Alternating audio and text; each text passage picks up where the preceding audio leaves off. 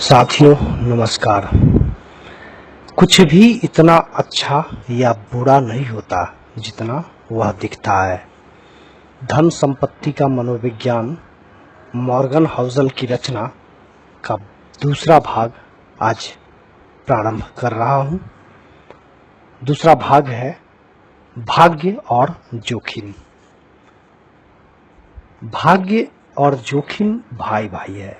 ये दोनों इस वास्तविकता का प्रमाण है कि जीवन में हर नतीजा व्यक्तिगत प्रयास के अलावा और अन्य ताकतों पर भी निर्भर करता है। NYU प्रोफेसर स्कॉट गैलोवे का एक ऐसा संबंध विचार सफलता का आकलन करते समय बहुत आवश्यक है।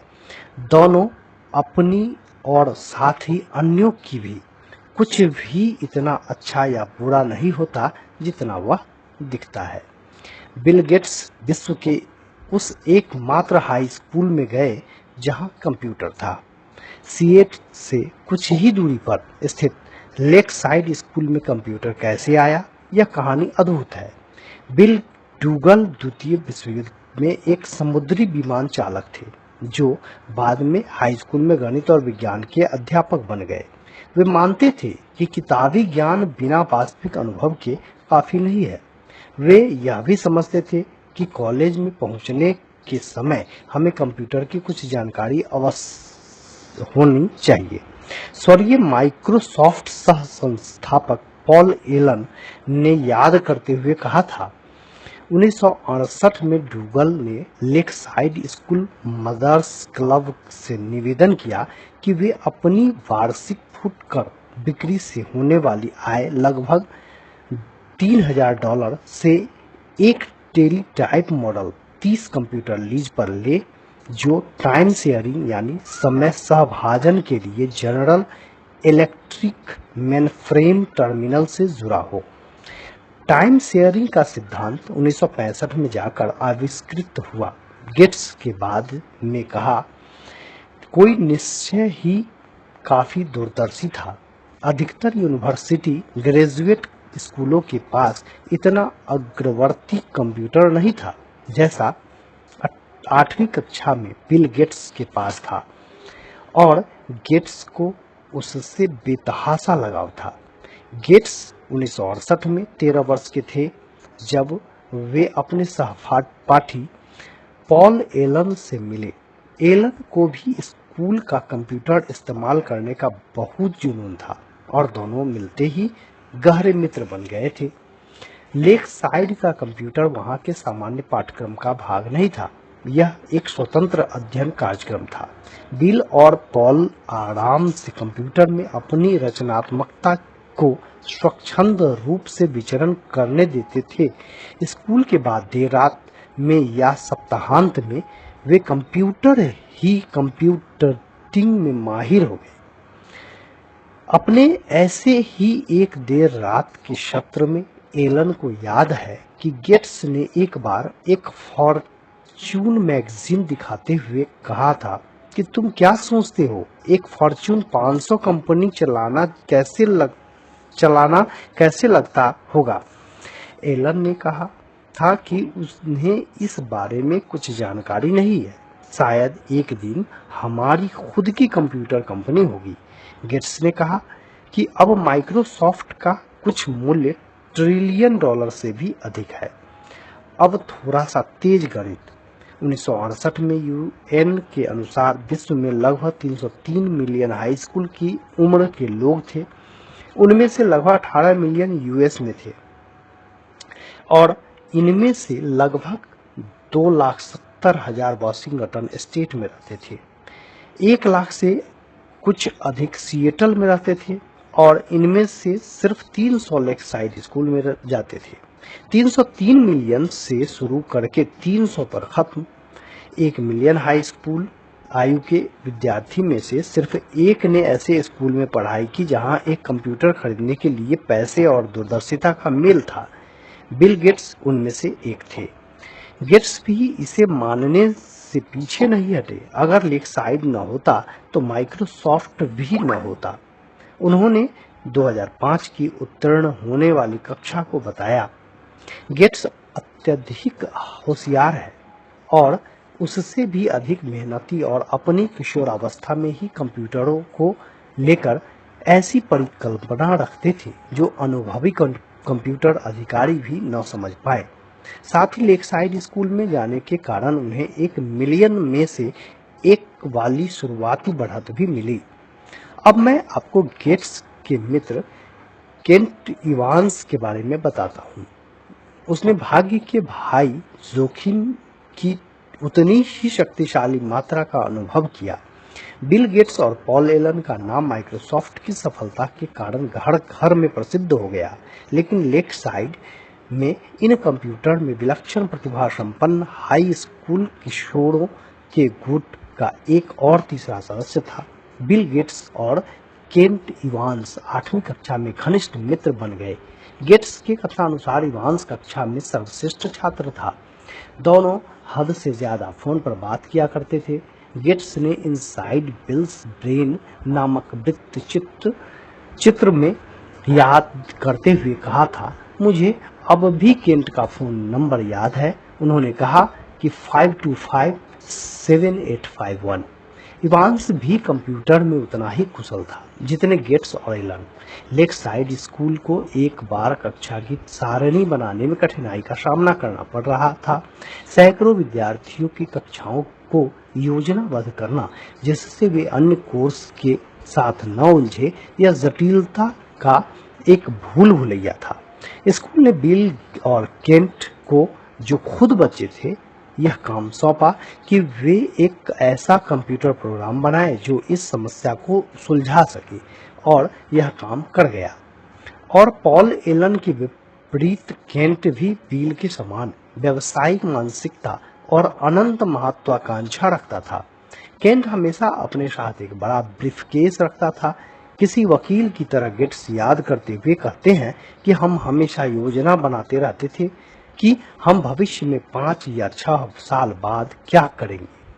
क्या हमें सीईओ बनना चाहिए? हम किस प्रकार का प्रभाव बना सकते हैं? क्या हम जनरल बन जाएं या फिर हम राजदूत बन जाएं? चाहे जो भी हो, बिल और केंट जानते थे कि वे जो भी करेंगे साथ ही करेंगे।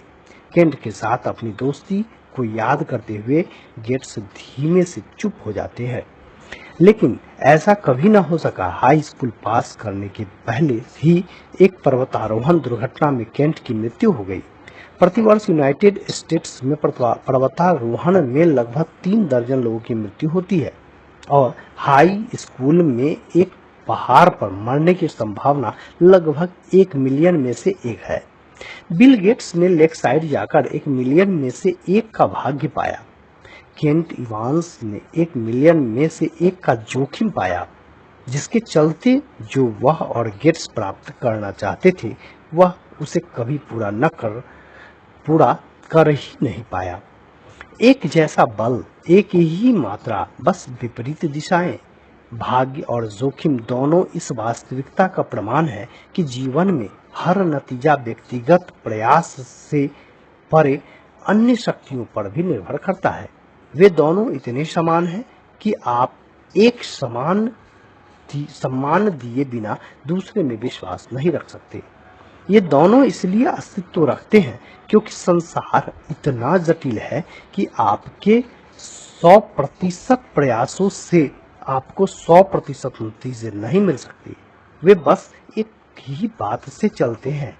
आप इस खेल में 7 बिलियन लोगों में से एक हैं, जिनमें अनगिनत चीजों में फेरबदल होती रहती है।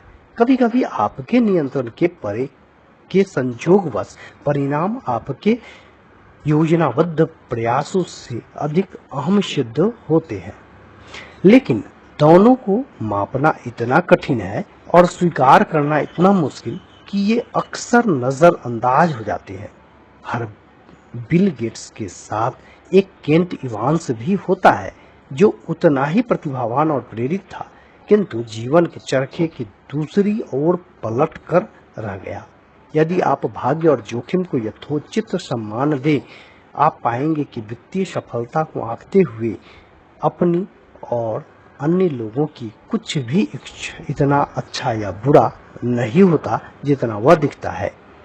कई वर्ष पहले मैंने नोबेल प्राइज जीतने वाले अर्थशास्त्री रॉबर्ट सीलर से पूछा, आप निवेश के बारे में ऐसा क्या जानते हैं जो हम कभी नहीं जान सकते? सफल परिणामों में भाग्य की सटीक भूमिका उन्होंने उत्तर दिया।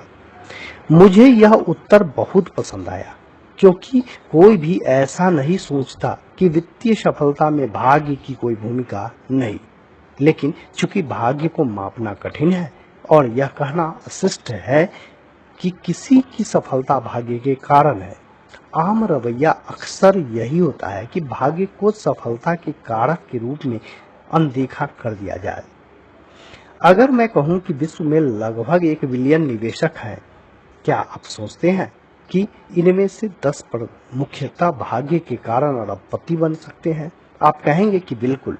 लेकिन फिर अगर मैं आपको उन निवेशकों का नाम लेने को कहूं, उनके सामने आप शायद पीछे हट जाएंगे। दूसरों को आंकते हुए सफलता का श्रेय भाग्य को देने से आप अशिष्ट और ईर्ष्यालु दिख सकते हैं, तब भी जब हम जानते हों कि यह सच है। और अपने आप को आंकते हुए सफलता का श्रेय भाग्य को देना इतना हतोत्साहित कर सकता है कि उसे महत्व देना या मानना कठिन हो जाए। अर्थशास्त्री भास्कर मजूमदार ने दर्शाया है कि कद और वजन से ज्यादा भाइयों के बीच उनकी आय सहसंबद्ध होती है। अगर आप अमीर और लंबे हैं, आपके भाई की अमीर होने की संभावना उसके लंबे होने की संभावना से अधिक है। मुझे लगता है कि हम में से अधिकांश लोग सहज रूप से जानते हैं कि यह बात सच है। आपकी शिक्षा की गुणवत्ता आपके लिए जो अवसर के द्वार खुलते हैं, वे आपके माता पिता की सामाजिक आर्थिक स्थिति से दृढ़ता से जुड़े होते हैं। लेकिन मुझे 2 अमीर भाई ढूंढ के दीजिए और मैं आपको ऐसे 2 आदमी दिखाऊंगा जो यह कहेंगे कि इस अध्ययन की खोज उन पर लागू नहीं होती। असफलता जो दिवालिया होने से लेकर किसी व्यक्तिगत उद्देश्य को परिपूर्ण न कर पाना कुछ भी हो सकती है कि भी बराबर रूप से आलोचना की जाती है। क्या असफल व्यापारों ने उतनी मेहनत नहीं की जितनी करनी चाहिए थी? क्या वे निवेश जो बुरे सिद्ध हुए सोच समझकर नहीं किए गए थे? क्या निरंकुश करियर आलस के कारण होते हैं? कभी कभी हाँ, बिल्कुल। लेकिन कितना, यह जानना कठिन है। किसी भी योग्य लक्ष्य के अनुगमन में सफल होने की संभावना 100% से कम है और जोखिम वही है जो जब बीच में आता है, जब आप दुर्भाग्य से इस समीकरण की दूसरी ओर जा पहुंचे। ठीक भाग्य की ही तरह वृतांत कठिन, अस्त व्यस्त और जटिल हो जाता है। यदि हम यह जानने का प्रयत्न करें कि किसी परिणाम का कितना हिस्सा सचेतन निर्णय के कारण था और कितना जोखिम के कारण। मान लीजिए कि मैं एक स्टॉक खरीदता हूँ और 5 साल बाद भी वह पैसे वैसे का वैसे ही रहता है। यह संभव है कि इसे खरीदने का मेरा निर्णय ही खराब था। यह भी संभव है कि मेरा निर्णय अच्छा था और मेरी पैसा बनाने की संभावना 80% थी और दुर्भाग्य से मैं 20% वाले अन्य छोर पर पहुंच गया। इनमें से कौन सी संभावना सही है, यह कैसे जाना जाए? क्या मैंने एक गलती की या फिर बस जोखिम की वास्तविकता का अनुभव किया? आंकड़ों की सहायता से यह आंकना संभव है कि कुछ निर्णय समझदारी भरे थे या नहीं, लेकिन वास्तविक संसार में दिन प्रतिदिन हम ऐसा नहीं करते। यह बहुत कठिन है। हम सादी कहानियों को वरीयता देते हैं जो आसानी से जरूर होती है, लेकिन अक्सर बुरी तरह भ्रामक भी। निवेशकों और अग्रणी उद्योगपतियों के साथ अनेक वर्ष गुजारने के बाद मैंने जाना कि किसी दूसरे की असफलता के लिए आमतौर पर खराब निर्णयों को उत्तरदायी ठहराया जाता है, जबकि आप अपनी खुद की असफलता को अक्सर जोखिम के बुरे पहलू के कारण हुआ मानते हैं। आपकी असफलताओं को आंकते हुए मैं संभवतः कारण और प्रभाव की एक सीधी सादी कहानी पसंद करूंगा, क्योंकि मैं नहीं जानता कि आपके दिमाग में क्या चल रहा है। आपने एक बुरा परिणाम पाया तो यह आपके किसी बुरे निर्णय के कारण हुआ होगा।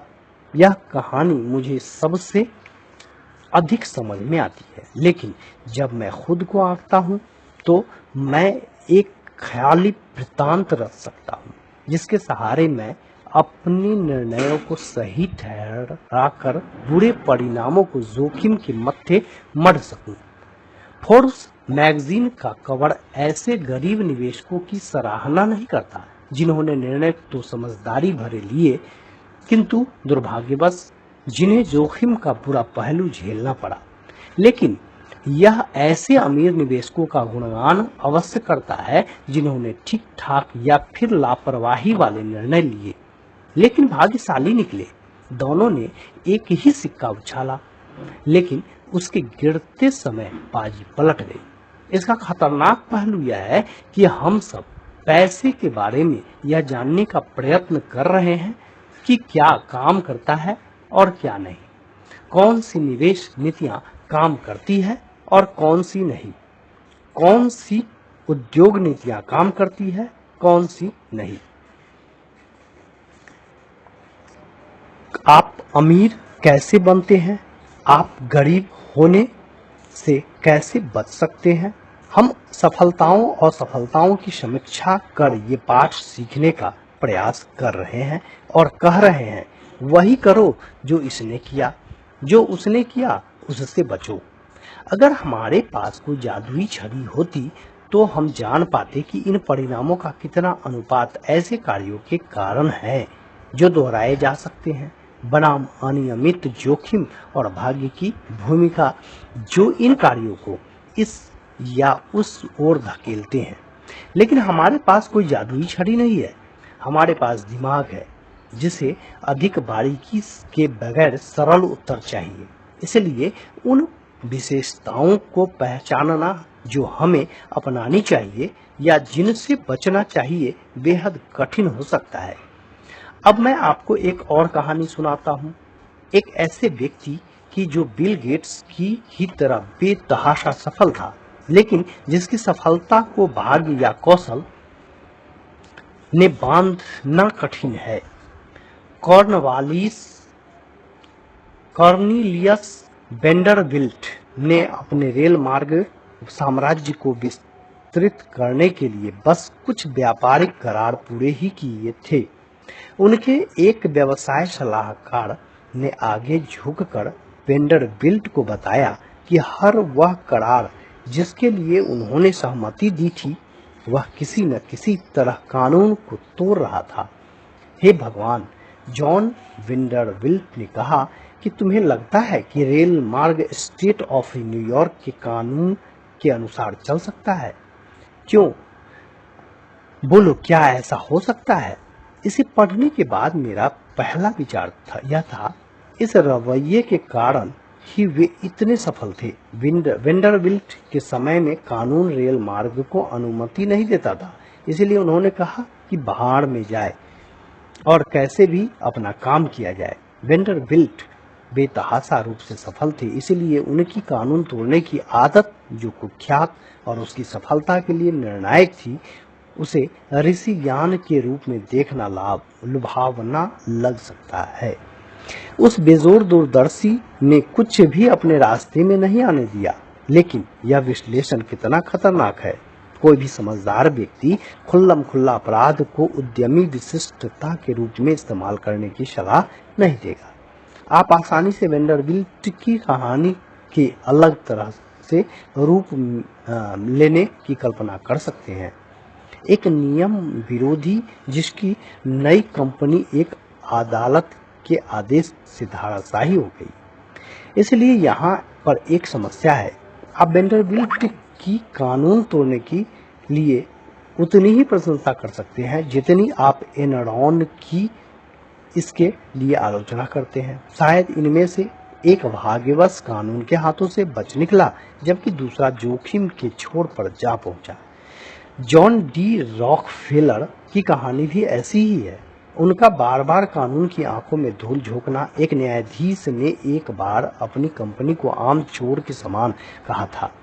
इतिहासकारों द्वारा अक्सर सातिर व्यवसाय होशियारी के रूप में दर्शाया गया, शायद वह था भी, लेकिन वृतांत तुमने पुराने नियम कानूनों को नवरचना के आरे नहीं आने दिया से तुमने एक अपराध किया है। मैं कब बदलता है या फिर वृतांत को। रॉकफेलर बहुत प्रतिभावान थी, उनकी सफलता से सीखने का प्रयास करो। से रॉकफेलर एक अपराधी था, उसकी व्यावसायिक और सफलता से सीखने का प्रयत्न करो। मैं बदलने के लिए कहानी में कितनी फेरबदल करनी होगी? बहुत कम। मैं कानून की चिंता क्यों करूं? वेंडरबिल्ट ने यह एक बार कहा था कि क्या मेरे पास शक्ति नहीं है?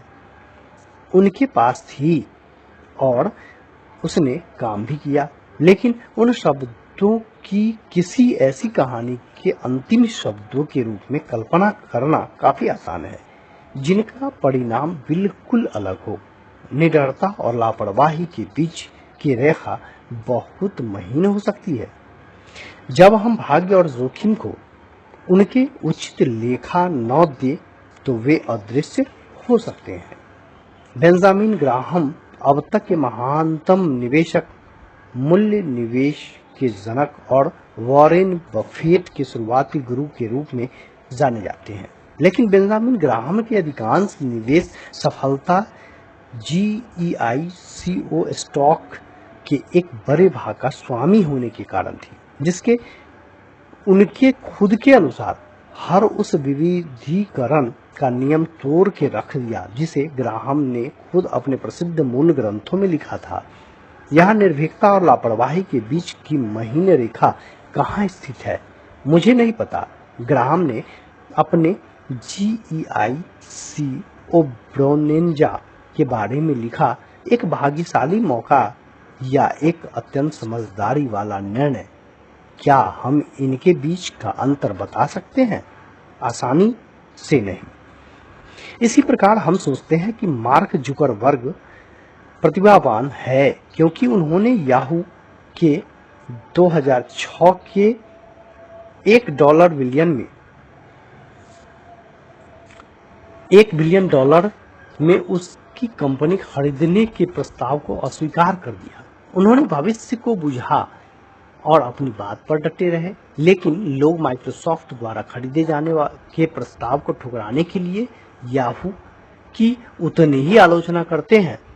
उन मूर्खों को समय रहते पैसे बटोर लेने चाहिए थे।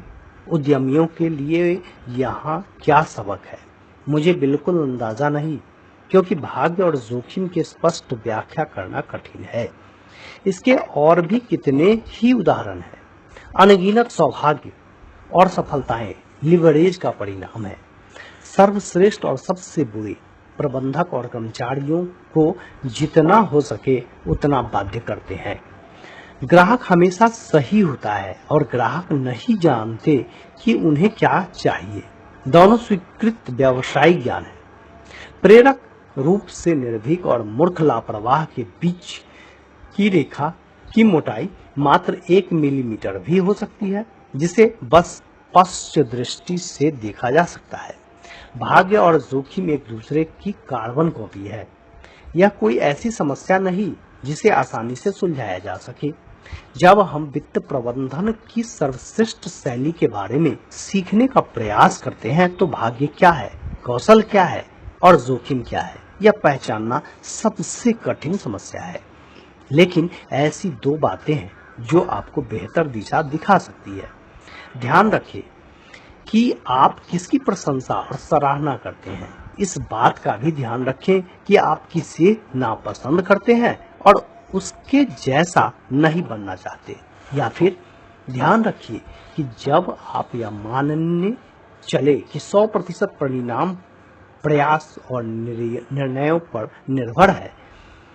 मेरे बेटे के जन्म के बाद मैंने उसे एक पत्र लिखा जिसका एक हिस्सा कुछ ऐसा था, कुछ लोग ऐसे परिवारों में जन्म लेते हैं जहां शिक्षा को बढ़ावा दिया जाता है, जबकि कुछ अन्य इसके विरुद्ध होते हैं। कुछ का जन्म समृद्ध अर्थव्यवस्था में होता है जहां उद्यमियों को बढ़ावा दिया जाता है, जबकि कुछ का जन्म युद्ध और अभाव में होता है। मैं तुम्हें सफल होते देखना चाहता हूं और मैं चाहता हूं कि तुम इसे खुद हासिल करो। लेकिन याद रखो कि सफलता हमेशा मेहनत के कारण नहीं मिलती और गरीबी हमेशा आलस के कारण नहीं होती। जब तुम दूसरों को और साथ में खुद को आंकने लगो, यह हमेशा ध्यान में रखना।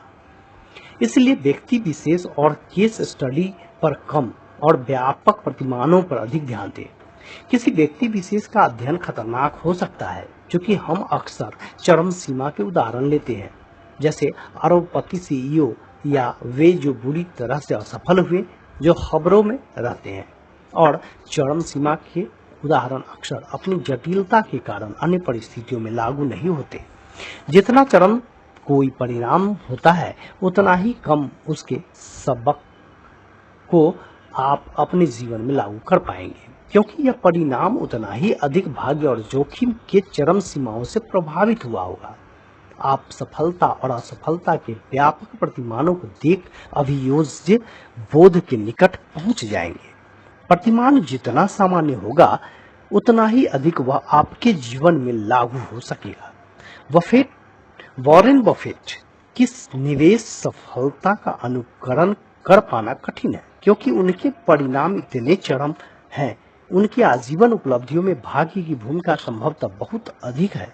भाग्य कोई ऐसी चीज नहीं जिसका विश्वसनीयता से अनुकरण किया जा सके, लेकिन जैसा कि हम अध्याय 7 में देखेंगे, यह समझना कि जो लोग अपने समय पर नियंत्रण रखते हैं वे अधिक खुश रहते हैं। यह एक व्यापक और सामान्य अवलोकन है जिसे आप इस्तेमाल कर सके। मेरे पसंदीदा इतिहासकार फ्रेडरिक लुइस एलन ने अपना कैरियर एक औसत मध्यस्थ अमेरिकी जीवन को दर्शाते हुए बिताया। वे कैसे रहते थे, किस प्रकार उसमें बदलाव आया, आजीविका के लिए वे क्या करते थे, खाने में क्या खाते थे इत्यादि। इस तरह के व्यापक अवलोकन से अधिक उपयुक्त सीख मिलती है, बजाय उन चंद अतिशय शख्सों के अध्ययन से जो हमेशा खबरों में रहते हैं। बिल गेट्स ने एक बार कहा था कि सफलता एक खराब शिक्षक है। यह होशियार लोगों को यह सोचने को लुभाती है कि वे कभी हार नहीं सकते। जब सब बहुत अच्छा चल रहा होता है, समझिए कि यह इतना अच्छा भी नहीं जितना आपको लग रहा है। आप अजेय नहीं हैं, और यदि आप यह मान ले कि भाग्य ने आपको सफलता दिलाई है, तो आपको इसके दूसरे भाई जोखिम में भी विश्वास करना पड़ेगा, जो आपकी कहानी को तुरंत पलट सकता है। लेकिन इसे दूसरी दिशा में देखा जाए तब भी यह मान्य है। असफलता भी एक खराब शिक्षक हो सकती है, क्योंकि यह होशियार लोगों को यह मानने के लिए मजबूर करती है कि उनके निर्णय बहुत बेकार थे। जब कभी वे जोखिम की निर्मम वास्तविकता का सामना करते हैं, असफलता का सामना करने की तरकीब यह है कि आप अपने वित्तीय जीवन का इस तरह से प्रबंधन करें कि एक बुरा निवेश या एक अपूर्ण वित्तीय उद्देश्य आपको पूरी तरह से न झकझोर दे और आप फिर से भाग्य आपके पक्ष में होने तक आगे बढ़ते रहे। लेकिन और भी महत्वपूर्ण यह है कि जितना हम सफलता में भाग्य की भूमिका को मान्यता देते हैं, जोखिम की भूमिका का आशय यह है कि हमें खुद को माफ करना सीखना चाहिए और साथ ही